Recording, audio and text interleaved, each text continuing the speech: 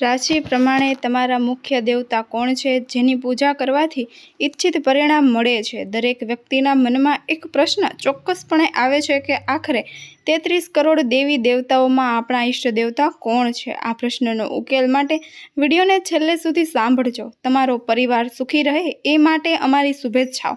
જાણો તમારી રાશિ પ્રમાણે તમારા ભગવાન કોણ છે. મિત્રો, જો તમે ભગવાન શ્રી કૃષ્ણના ભક્ત છો તો કોમેન્ટ બોક્સમાં તમારી રાશિ સાથે જય શ્રી કૃષ્ણ પણ લખજો, જેથી કરી અમને ખબર પડે કે શ્રી કૃષ્ણના કેટલા ભક્તો છે. મિત્રો, આપણા હિન્દુ ધર્મમાં 33 કરોડ દેવી દેવતા છે. તેમાંથી તમારી રાશિ પ્રમાણે તમારે એ જાણી લેવું જોઈએ કે રાશિ અનુસાર તમારા દેવતા કોણ છે. તેનાથી તમને વધુ ફાયદો થશે. મિત્રો, દરેક દેવી દેવતાની પૂજા અલગ અલગ વાસ્તુ પૂજા સામગ્રી ચડાવવાની હોય છે. જો તમે યોગ્ય રીતે તેની પૂજા કરો છો તો ભગવાન તમારા પર જલ્દી પ્રસન્ન થઈ જાય છે. સુખ અને સમૃદ્ધિ પ્રાપ્ત કરવા માટે જીવનમાં લોકો પોતાના ઈષ્ટ દેવતાની પૂજા પોતપોતાની રીતે કરે છે, જેથી તેમની મનોકામનાઓ ઝડપથી પૂર્ણ થાય છે. આમ છતાં મનપસંદ દેવી દેવતાઓનું પૂજાનું વિશેષ મહત્વ છે. પરંતુ એવા ઘણા લોકો છે કે જેઓ તેમના ઈષ્ટદેવ વિશે જાણતા નથી. તમારે તમારી રાશિ દ્વારા તમારા ઈષ્ટદેવને પણ જાણી શકો છો અને તેમની પૂજા કરવાથી તમે વિશેષ લાભ મેળવી શકો છો. તો આવી સ્થિતિમાં જો કોઈ દેવી દેવતાના મેળ ખાતા નથી કે વ્યક્તિની કુંડળીમાં ગ્રહોની સ્થિતિ હોય તો વ્યક્તિને પૂજા કરવાથી સાનુકૂળ પરિણામ મળતું નથી અને લોકો એવું વિચારે છે કે આપણે દિવસ રાત ભગવાનની પૂજા કરીએ છીએ અને કોઈ પણ પરિણામ મળતું નથી. ઘણી વખત દેવતાની ખોટી પસંદગી કરવાથી વ્યક્તિને નુકસાન વેઠવું પડે છે. એવું માનવામાં આવે છે કે વ્યક્તિની કુંડળીના ગ્રહોની સ્થિતિ અનુસાર દેવતાની પસંદગી શ્રેષ્ઠ છે. કુંડળીને અનુકૂળ દેવતા જાણવા માટે પહેલાં વ્યક્તિને કુંડળી વાંચો. જ્યારે વ્યક્તિનો જન્મ થાય છે, ગ્રહ નક્ષત્રનું ઘણું જ મહત્વ છે. જન્મ સમયે ચંદ્ર જે રાશિમાં ગોચર કરી રહ્યો છે તે વ્યક્તિનું જન્મચિહ્ન કહેવાય છે. આવી સ્થિતિમાં તમારા મનપસંદ દેવતા અને તે સ્થાપિત કરી શકો છો. આકાશમાં 12 રાશિ છે, જેમાં 28 નક્ષત્રો ભ્રમણ કરે છે. વ્યક્તિનો જન્મ અમુક નક્ષત્રમાં થાય છે અને દરેક નક્ષત્ર કોઈને કોઈ રાશિ સાથે સંબંધિત હોય છે. હિન્દુ ધર્મ અનુસાર એવું માનવામાં આવે છે કે તમારી રાશિ પ્રમાણે દેવી દેવતાઓની પૂજા કરવી શુભ છે. વિડીયોમાં આગળ વધતા પહેલાં તમને વિનંતી છે કે જો તમે આ ચેનલ પર પહેલીવાર આવ્યા છો તો કૃપા કરીને ચેનલને સબસ્ક્રાઈબ કરજો. જો તમને ગમે તો વિડીયો કૃપા કરીને તેને લાઈક કરો અને તમારા મિત્રો સાથે શેર કરો.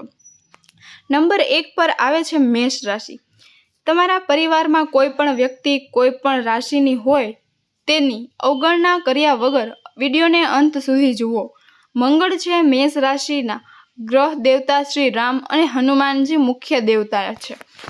હનુમાનજીની પૂજા કરવાથી મેષ રાશિના લોકોની તમામ મનોકામનાઓ પૂર્ણ થાય છે અને તેમને જીવનમાં સુખ સમૃદ્ધિ મળે છે. મેષ રાશિના લોકો હનુમાનજીની પૂજા કરે તો તેમના જીવનમાં કોઈ મોટી સમસ્યાઓનો સામનો કરવો પડતો નથી અને જો કોઈ સમસ્યા ચાલી રહી હોય તો હનુમાનજીની પૂજા કરવાથી તેમના જીવનમાં ચાલી રહેલી તમામ સમસ્યાઓ અને પરેશાનીઓ દૂર થઈ જાય છે. જો મેષ રાશિના લોકો હનુમાનજીની પૂજા કરે છે તો પૈસા સંબંધિત સમસ્યાઓ તેમના જીવનમાં ક્યારેય આવતી નથી. હનુમાનજી મેષ રાશિના લોકોની તમામ આર્થિક સમસ્યાઓ દૂર કરે છે અને હનુમાનજીની પૂજા કરવાથી મેષ રાશિના લોકોની આર્થિક સ્થિતિ મજબૂત બને છે. તેથી મેષ રાશિના લોકોએ હનુમાનજીની પૂજા કરવી જોઈએ. મેષ રાશિના લોકોએ હનુમાનજીનો ઉપવાસ પણ કરવો જોઈએ. હનુમાનજીનું વ્રત મંગળવારે રાખવું જોઈએ. જો દેવીઓની વાત કરીએ તો ભગવતી તારા, નીલ સરસ્વતી અને માતા શૈલપુત્રી આ રાશિની દેવી છે. પછી વૃષભ રાશિ છે. તમારી રાશિના ગ્રહ દેવતા શુક્ર છે અને મુખ્ય દેવતા શ્રી હરિ વિષ્ણુ છે. વૃષભ રાશિના લોકોએ શનિવારે કાળા કે વાદળી રંગના કપડાં ન પહેરવા જોઈએ. એવું માનવામાં આવે છે કે આવું કરવાથી નુકસાન થઈ શકે છે. જ્યોતિષ શાસ્ત્ર અનુસાર વૃષભ રાશિના લોકોએ શનિવારે પીપળના ઝાડની પરિક્રમા કરવી જોઈએ અને પીપળના ઝાડ નીચે ફૂલ ચડાવવું. એવું માનવામાં આવે છે કે આમ કરવાથી બધી સમસ્યાઓ દૂર થાય છે. દેવીઓની વાત કરીએ તો માતા લક્ષ્મી અને ષોડશી શ્રી વિદ્યા આ રાશિની દેવી છે. વૃષભ રાશિના લોકો જો દેવી લક્ષ્મીની પૂજા કરે છે તો ત્યાં તેમના જીવનમાં કોઈ મોટી સમસ્યા આવતી નથી. શુક્રવારે લક્ષ્મી માતાનું વ્રત રાખવામાં આવે છે. બુધદેવ તમારી રાશિના ગ્રહ દેવતા છે અને ગણેશજી અને વિષ્ણુજી મુખ્ય દેવતા છે. મિથુન રાશિના સ્વામી ભગવાન ગણેશ છે. મિથુન રાશિના લોકોને ભગવાન ગણેશની પૂજા કરવાથી લાભ થાય છે. તેથી મિથુન રાશિના લોકોએ ભગવાન ગણેશની પૂજા કરવી જોઈએ.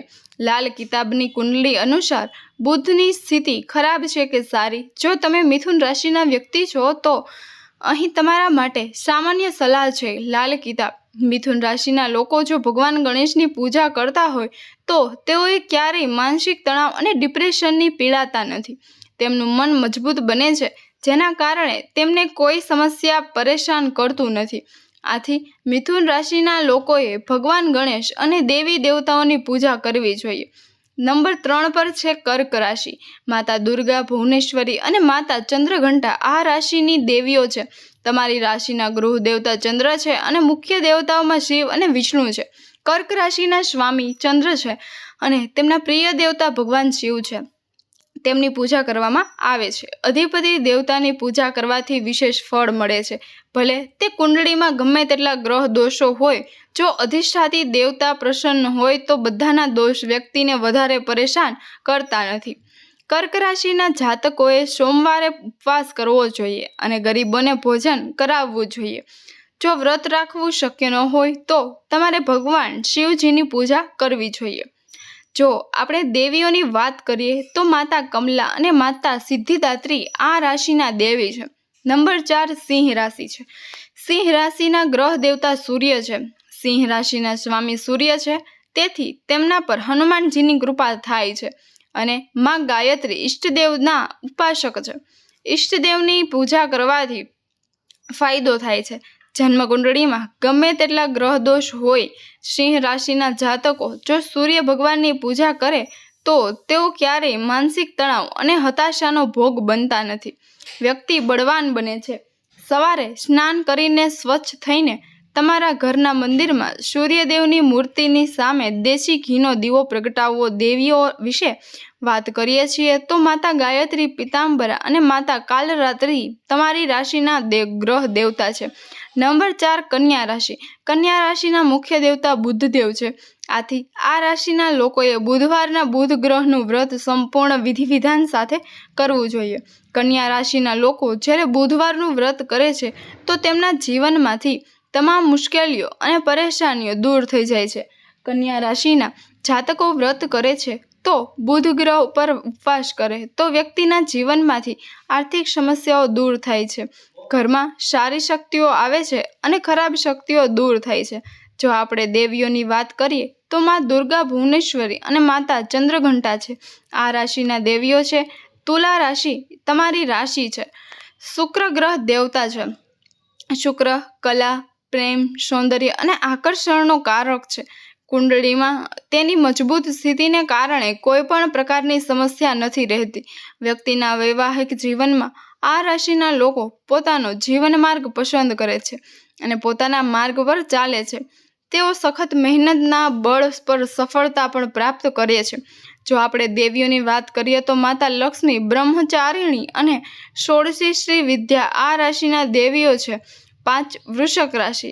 મંગળ તમારી રાશિ વૃશ્ચિક રાશિના ગ્રહ દેવતા છે અને શ્રી રામ અને હનુમાનજી મુખ્ય દેવતા છે. મંગળનો સંબંધ વૃશ્ચિક રાશિ સાથે છે. આથી આ રાશિના જાતકોએ હનુમાનજીની પૂજા કરવી જોઈએ અને મંગળવારના દિવસે વ્રત રાખો. તેનાથી કુંડળીમાં મંગળ ગ્રહની સ્થિતિ મજબૂત બને છે અને વ્યક્તિને દરેક ક્ષેત્રમાં સફળતા મળવા લાગે છે. નંબર 6 ધનુ રાશિ. જો આપણે ભગવતી તારા અને માતા શૈલપુત્રીની વાત કરીએ તો આ રાશિના દેવીઓ ધનુ રાશિના છે. તમારી રાશિના ગ્રહ દેવતા ગુરુ છે. ધનુ રાશિનો અધિપતિ ગ્રહ ગુરુ છે અને પ્રિય દેવતા વિષ્ણુજી અને લક્ષ્મીજી છે. આથી ધનુ રાશિના લોકોએ વિષ્ણુજીની પૂજા કરવી જોઈએ અને લક્ષ્મીજીને પ્રિય દેવતા માનીને પૂજા કરવી જોઈએ તેણી યોગ્ય રીતે, જેથી તેણી સુખી જીવન જીવી શકે. ધનુ રાશિના લોકોએ ગુરુ ગ્રહને લગતી વસ્તુઓનું દાન કરવું જોઈએ. જેમ કે પીળી વસ્તુ, પુસ્તક, જમીન, દૂધ આપતી ગાય, લાલ કપડાં, તાંબુ, કેસર, લીલા ચણા. જો આપણે દેવીઓની વાત કરીએ તો માતા લક્ષ્મી, કમલા અને માતા સિદ્ધિદાત્રી આ રાશિના દેવી છે. મકર, તમારી રાશિના ગ્રહ દેવતા શનિદેવ છે. જો મકર રાશિના લોકો શનિદેવની પૂજા કરે તો મકર રાશિના લોકોને પારિવારિક સુખ અને લગ્નની પ્રાપ્તિ થાય છે. આને લગતી સમસ્યાઓ દૂર થાય છે. જો લગ્ન શક્ય નથી તો લગ્ન પણ થાય છે. મકર રાશિના લોકો જે શનિદેવની પૂજા કરે છે તો મકર રાશિના લોકોના તમામ કામ પૂર્ણ થાય છે. જો આપણે દેવી દેવતાની વાત કરીએ તો માં કાલી અને માતા સિદ્ધદાત્રી તમારી દેવી છે. કુંભ રાશિ, તમારી રાશિના ગ્રહ દેવતા છે શનિદેવ. વિષ્ણુ મંત્રનો જાપ કરવાથી તમારી જીવનની તમામ સમસ્યાઓ દૂર થાય છે અને તમારા જીવનમાં સુખ, સમૃદ્ધિ અને ઐશ્વર્ય મળે છે. જો તમને સ્વાસ્થ્ય સંબંધિત કોઈ રોગ હોય તો તેમની સલાહ લો, તમને રાહત મળશે. આ રાશિનો સ્વામી શનિ હોવાથી નીલમ રત્ન ધારણ કરવું શુભ છે. કુંભ રાશિના લોકો દેખાવમાં ગૌવર્ણ હોય છે. આ રાશિના લોકો ખૂબ જ ગુસ્સાવાળા પણ હોય છે. તેઓએ દરરોજ ભગવાન ગણેશની પૂજા કરવી જોઈએ. માં કાલી અને માતા સિદ્ધિદાત્રી તમારી રાશિના દેવી છે. મીન, તમારી રાશિના ગૃહ દેવતા ગુરુ છે. આ વર્ષ મીન રાશિના લોકો માટે ખૂબ જ ફળદાયી સાબિત થશે. લાલ કિતાબ માટે મીન રાશિને 12 રાશિઓમાંથી એક ગણવામાં આવે છે, જેમાં ગુરુની સ્થાયી ઘર 8, 9, 11 અને જો આપણે દેવીઓની વાત કરીએ તો માતા લક્ષ્મી, કમલા અને માતા સિદ્ધિદાત્રી દેવીઓ છે. આ તમામ રાશિઓ માટે અગત્યની માહિતી: ક્યારેય જૂઠું ન બોલવું, જ્ઞાનની બડાઈ ન કરવી, આચરણ શુદ્ધ રાખવું, પિતા, દાદા અને ગુરુનું અપમાન ન કરવું, ધાર્મિક સ્થળો, ધાર્મિક ગ્રંથો, દેવી દેવતાઓનું ક્યારેય પણ અપમાન ન કરવું જોઈએ.